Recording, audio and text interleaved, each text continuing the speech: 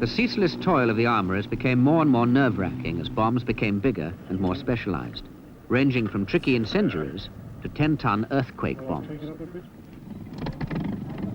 Working or waiting, ground crews were under stress, marooned at cold, wet dispersals, miles from a cup of tea, straining to hear the drone of returning engines.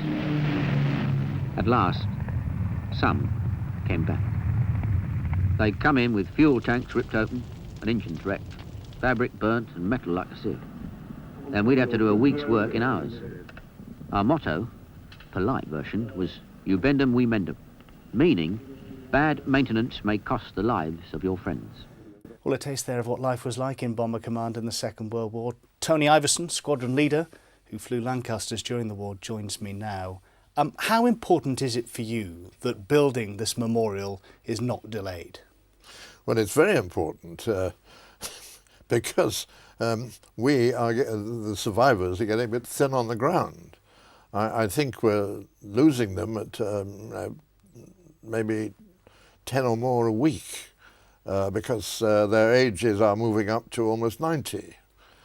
Therefore, we want this more in place because we want some survivors there.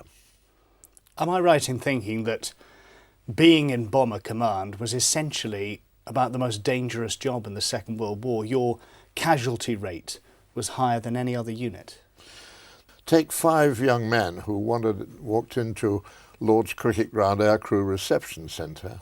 Of those 5, 3 would become casualties and most would be killed. Do you sometimes feel that Bomber Command is a victim of political correctness because of the debate over the tactics used in area or carpet bombing? By the end of the war, Bomber Command was a terribly destructive force. If 250 aircraft could take out a big city in a night, it's quite terrifying to consider what Bomber Command could do. But to go back to your point about political correctness, to me sometimes it seems that it's all right to take on the enemy if they're attacking you and sort them out. But to go into their backyard and kick their dustbin around somehow occasionally doesn't seem to be considered cricket. Just tell us a little bit about the design of the memorial.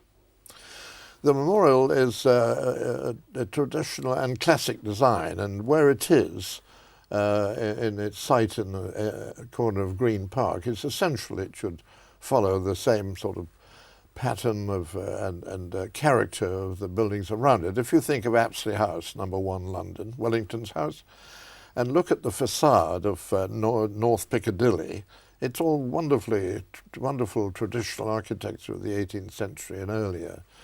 And therefore, and also the memorial, the wonderful memorial to the artillery people on the other side of Hart Park.